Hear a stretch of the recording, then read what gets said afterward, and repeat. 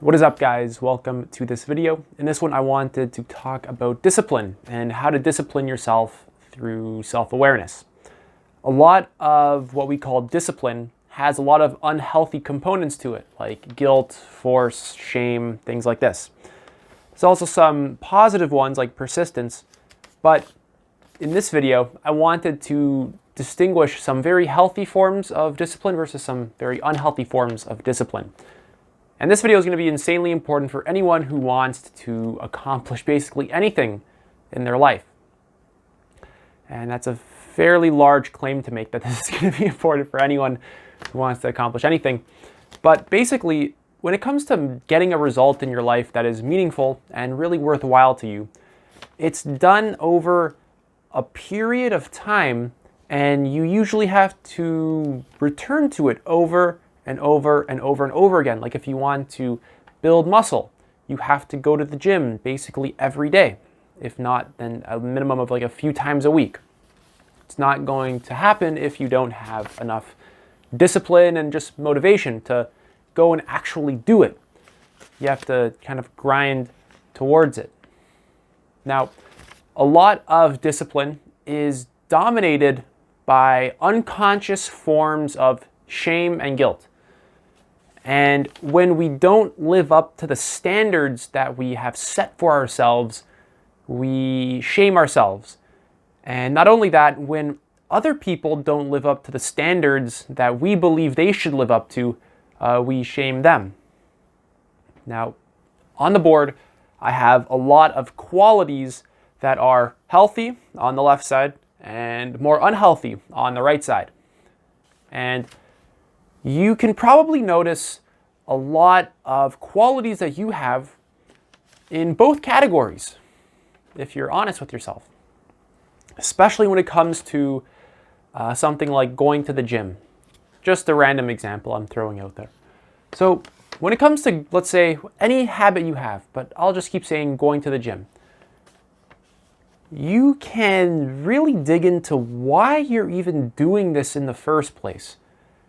And you will find some very intriguing things if you really care to find out.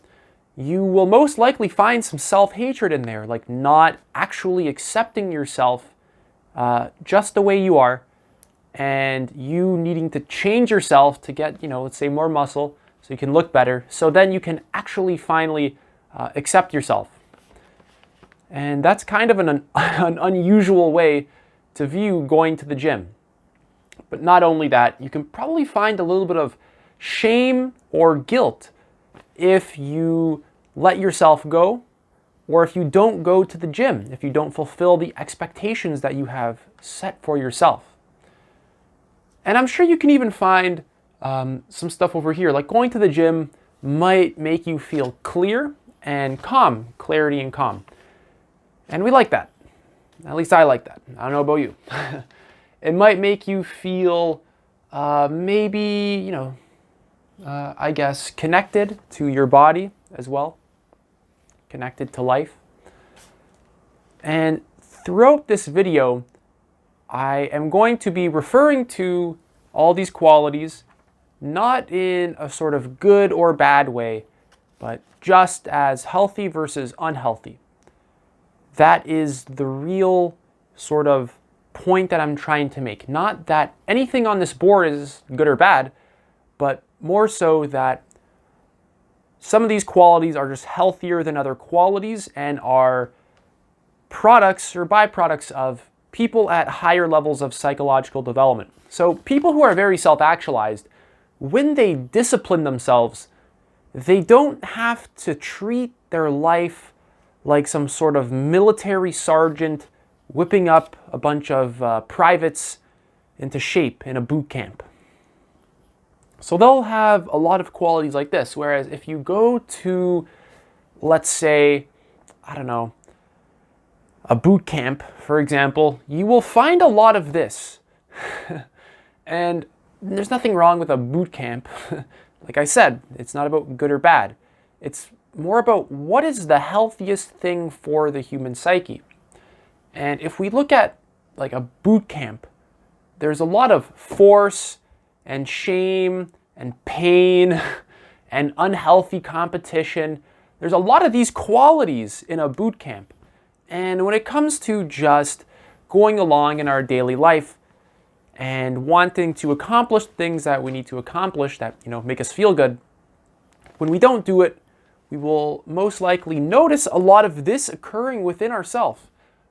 We'll find ourselves wanting to force ourselves to go to the gym. We have to really kick ourselves in the ass, which just doesn't feel good. And that discomfort, that emotional discomfort, is a sign that what you're doing isn't right. And I don't mean that in a moral sense. I mean that just in a what is healthy versus unhealthy sense.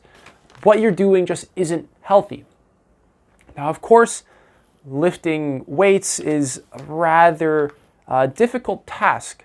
A lot of how we, grow as a person has a lot to do with conquering fear over and over and over again, and usually some kind of discomfort. But the kind of discomfort that I was just referring to has more to do with emotional discomfort, which just simply is not necessary for disciplining yourself and will never actually work. And when it does work, those rare few times really, it's just not sustainable to live your life that way. It's going to catch up with you. You're going to get sick in unexpected ways. The vast majority of illness, apparently 90%, is caused by stress. It's caused by our emotions.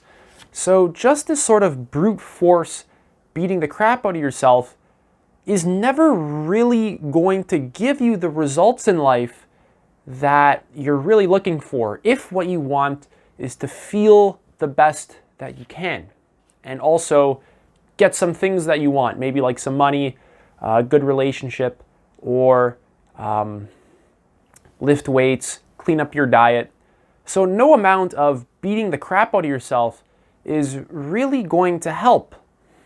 It might inspire you to do some actions. Like you can shame yourself and force yourself to go to the gym. I'm sure a lot of people do that.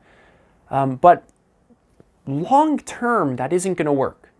Like you can beat yourself up enough to the point where you do the task. You lift the weights, you go for a run. But just long term, this is just not ideally how you want to live your life if you want to actually feel good.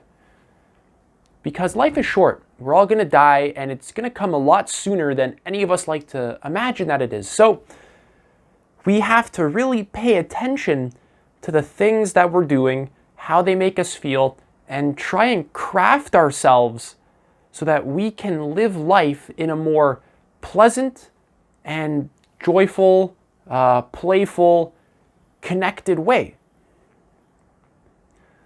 Because before you know it, you're going to be dead. And you don't really want to spend your whole life whipping yourself in the ass, just beating yourself up, just so you can go to the gym day after day after day. It's just this sort of short-sighted grind that has no real bigger picture to it. It's just kind of stuck doing pointless tasks. And it's just this sort of monotonous, robotic, mechanical thing. Whereas these qualities are more spontaneous, they're more flexible, they're more open, and they're not this sort of anything goes attitude.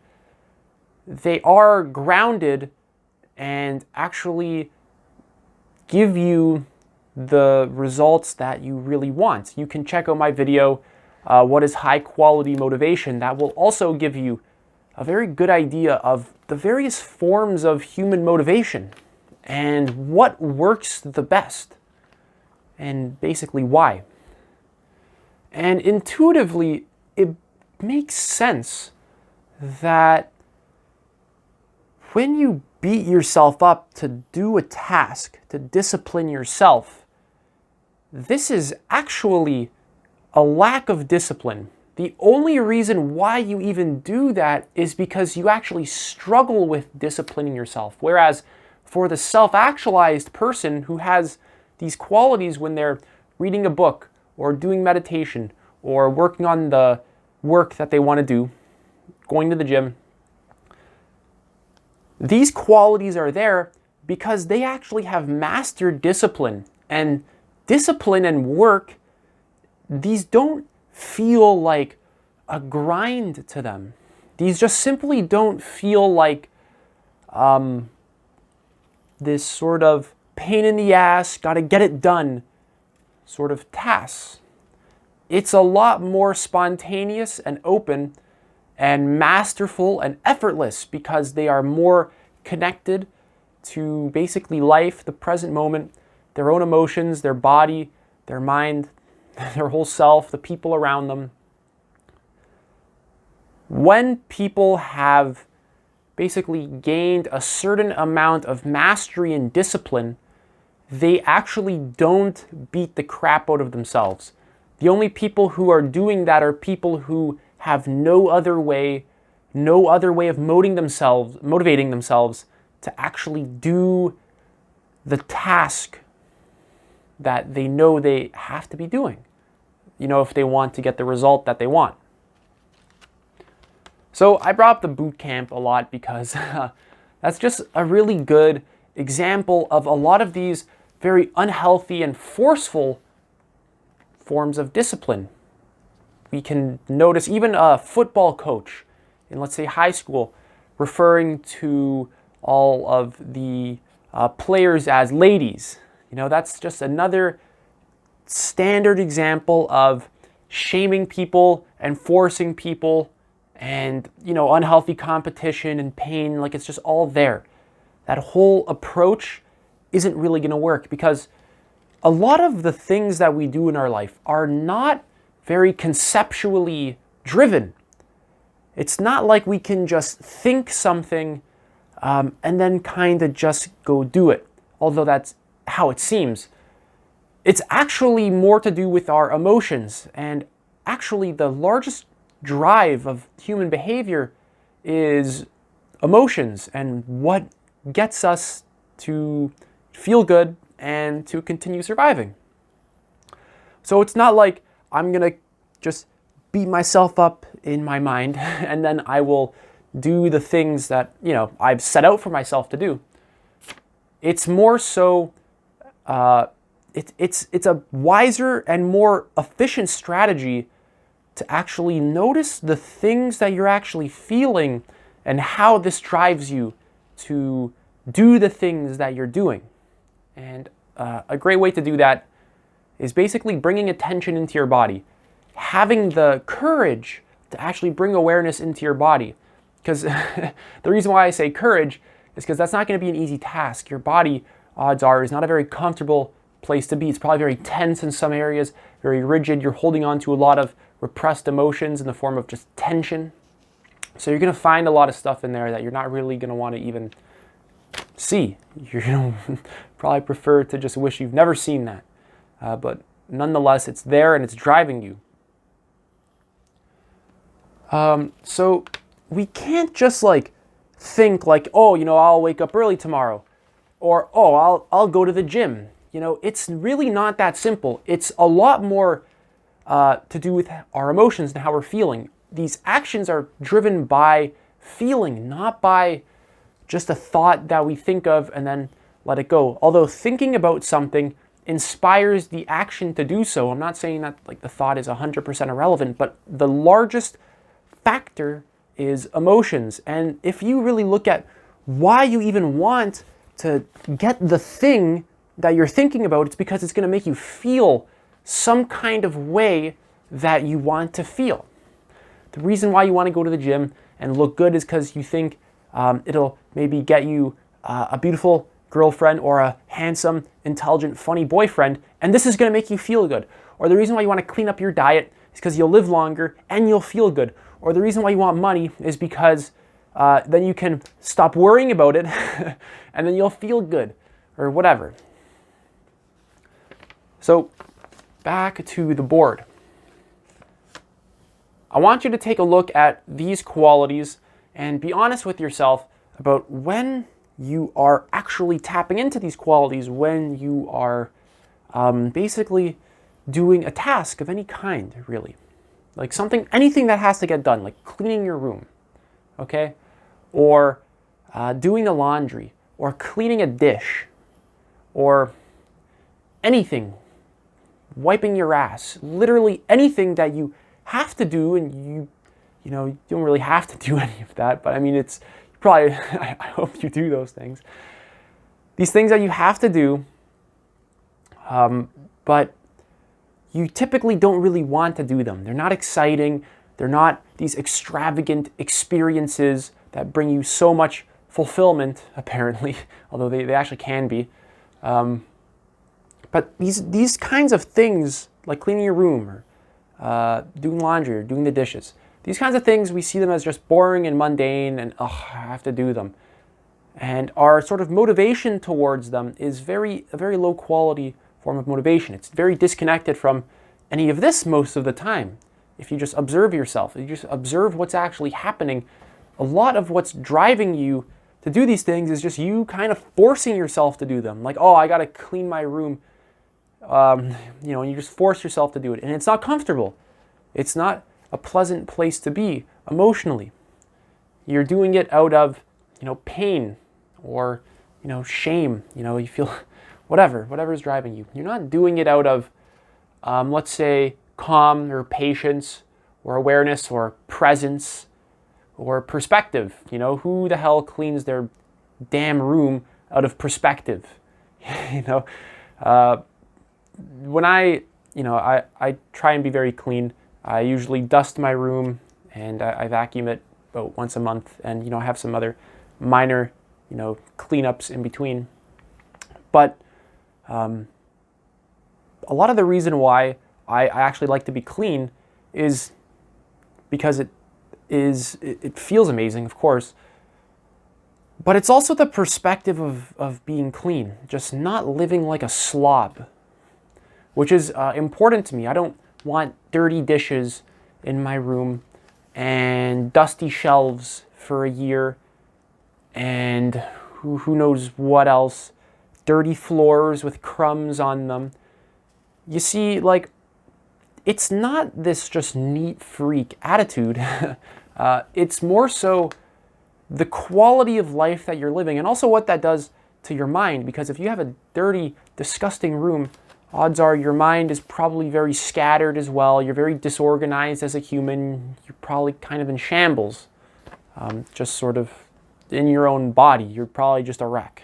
like you got to have some basic order to your life. These are just the most simple tasks that basically set you up for just any kind of success. Like just, have a clean room. It's just so simple. It's just such a simple thing. It's that classic Jordan Peterson advice, having a clean room and noticing what emotions and thoughts and your whole attitude, noticing what's driving you to even do that stuff.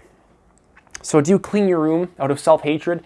Do you want to personally develop out of self-hatred? It's like you're sick of yourself and you got to change. You want to change? Or is it out of curiosity or playfulness or presence or patience or courage?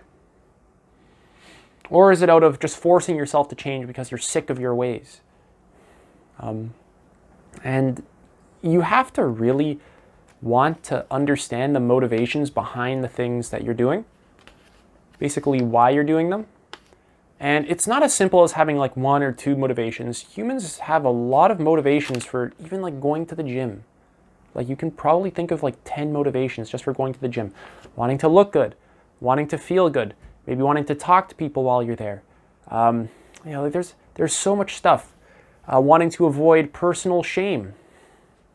Wanting to appear, successful in front of people because, people who are in shape, people project a sense of like importance onto them and competence onto them, basically. So there's a lot of potential motivations for going to the gym. Wanting to basically ignore your lack of self-acceptance would be another one. You go to the gym because you don't like your body.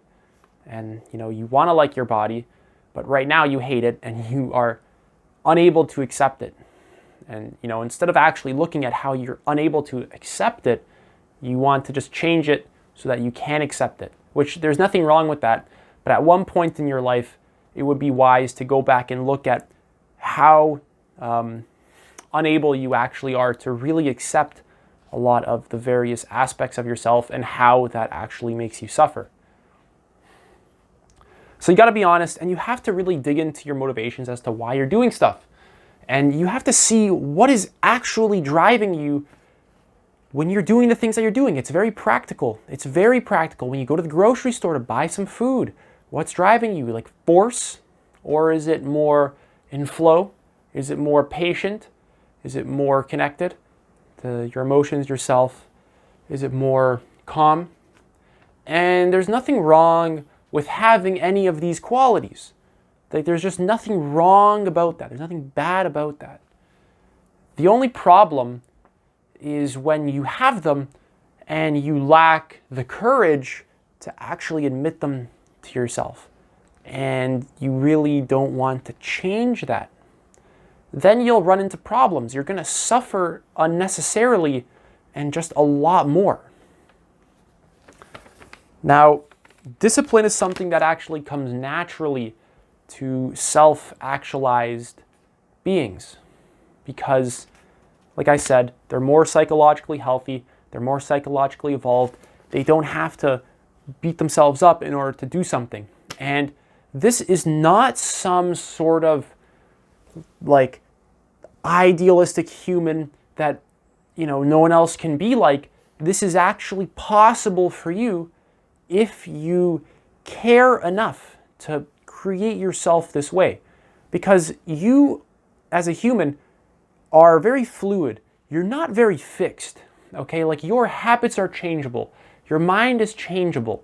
Your emotional patterns are very changeable. Your relationship patterns are very changeable.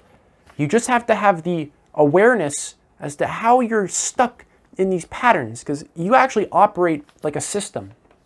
There's certain drives in you, like homeostasis. This is, the need to just preserve your current state.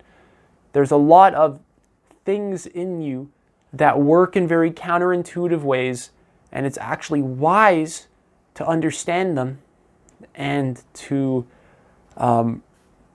not fight them or hate them, but to just shed light upon them and understand them and then work with them. Like, there's no getting around something like homeostasis, which is just you preserving your current state.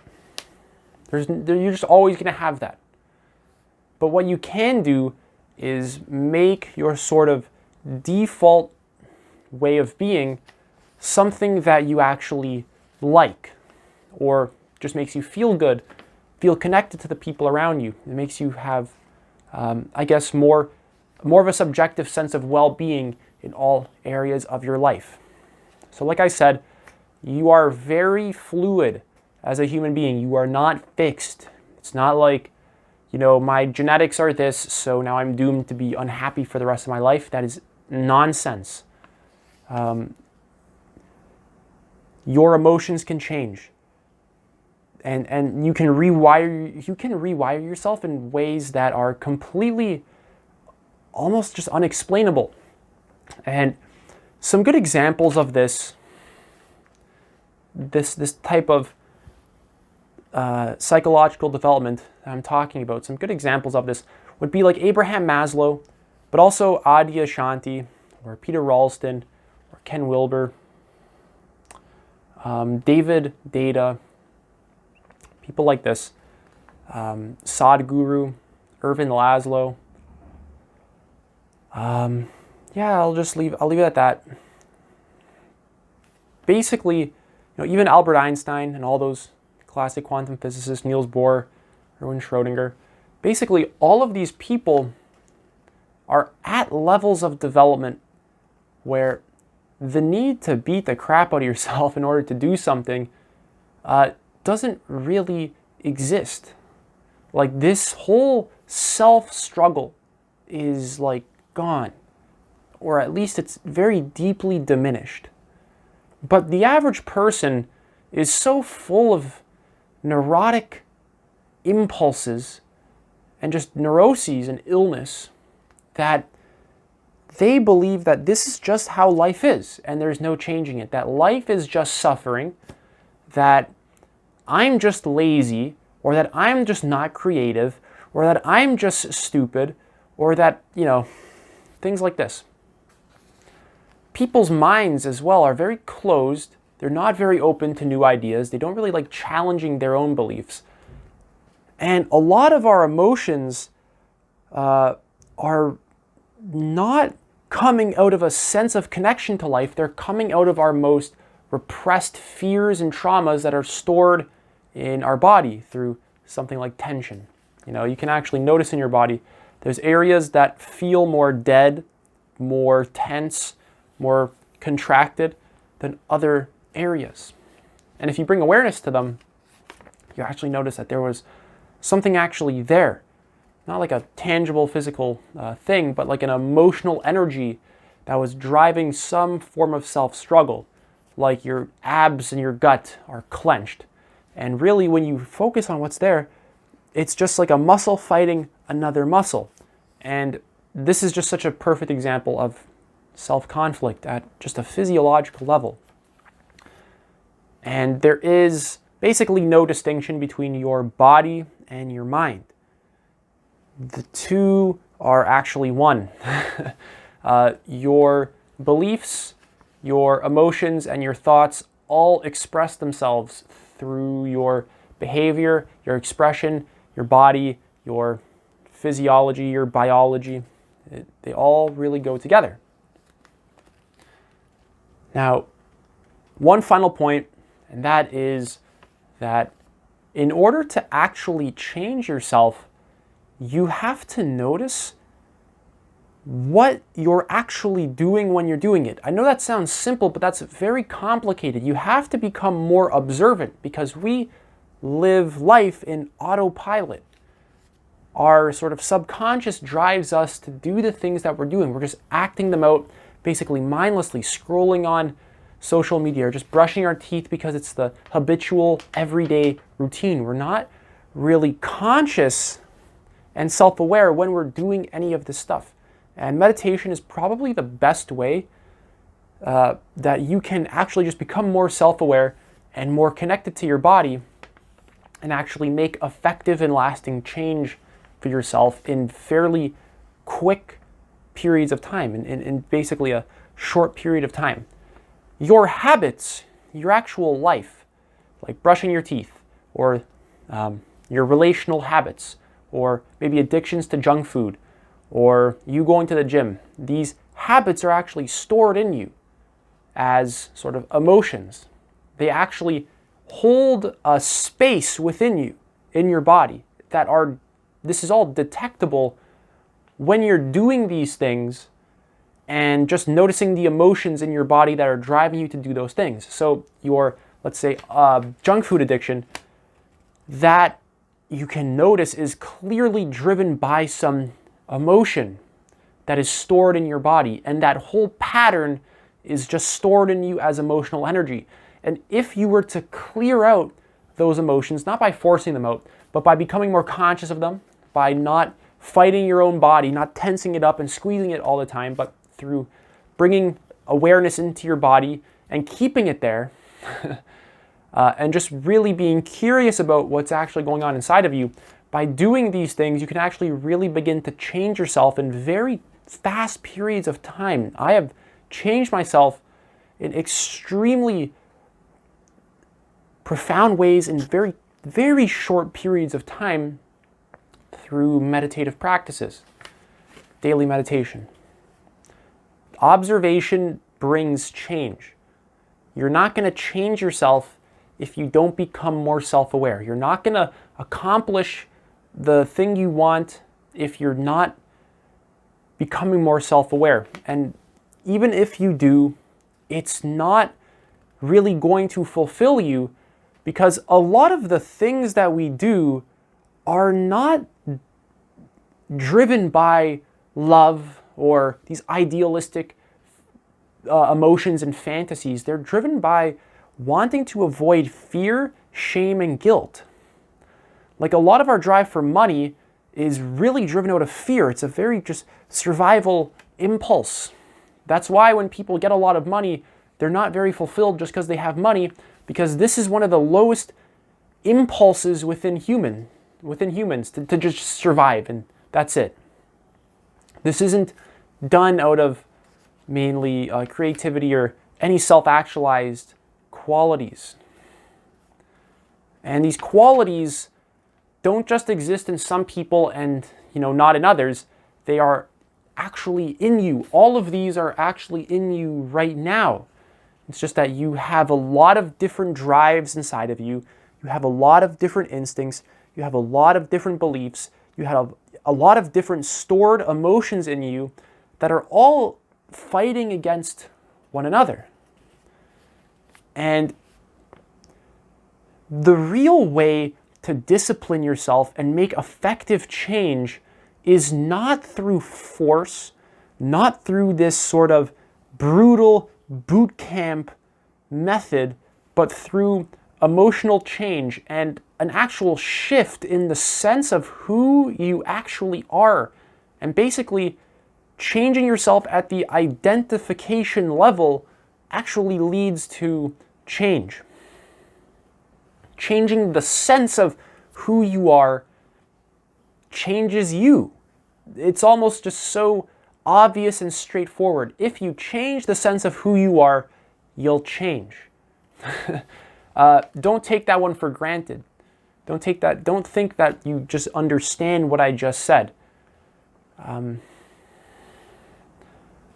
Changing the sense of who you are is not a very easy task, because homeostasis, you like to maintain yourself. And when we have some kind of long-term goal, we are in one sense motivated to accomplish it, but in another sense we're also scared of the change that it will do to ourselves, because we like to find a sense of comfort and security in our own status quo. And really, what I'm asking you to do in this video is to strategically and consciously challenge your status quo and basically filter out a lot of the unhealthy stuff from the healthy stuff, and begin to investigate why you have so much disease inside of you, why you have so much shame that drives you to behave in certain ways, why you have such a need to, compete with people in this unhealthy and overly dominating way, why you have so much guilt, why you have so much fear, why you have so much worry or anxiety. And to actually and honestly investigate these emotions that exist inside of you. And a lot of these emotions are very useful for surviving. They inspire actions that get us things that we want. By being scared of going homeless, we go and we work a job because we're too scared of ending up on the street and dying. So a lot of our suffering drives us to get things that we actually need in order to survive. But what I'm saying is that you can go to the gym, you can make money, you can get a beautiful girlfriend or a handsome, intelligent, funny, caring, empathetic boyfriend. You can do all of this stuff without the sort of kick in the ass approach, without the self-shame, without the I don't look good enough, or I look ugly today and you're worried about your appearance, or without the sort of fear behind not having enough. These are actually possible. You have to actually investigate your sense of deficiency and lack. These need to be consciously investigated over and over and over and over again. You need to bring awareness into your body and notice this stuff is actually stored as emotional energy and tension in your body. It's very, very obvious that it's there once you know what to look for. Because your body being tense, let's say your gut right now is tense, your abs are tense, that's not just like some sort of random arbitrary thing. This is a very clear sign of emotional disease within you. Basically just an inability to process emotion, an inability to let go into life, an inability to fully enjoy life. Basically, these are forms of fear that you have just repressed over the years. Fear, shame, guilt, all these, anger, sadness, all these tough emotions that when we were very young, we just didn't know how to handle. No one helped us, no one taught us, and we just began to disassociate from this stuff. And these emotions are what drive most of our behavior. They're what drives most of what we call discipline. And it's not healthy. It doesn't feel good. If you want to live the best life, by my definition, that involves feeling very good. It involves, there's a lot more than that. But feeling good matters a hell of a lot when it comes to living the best life. And the only way to feel good is actually by investigating the reasons why you don't feel good.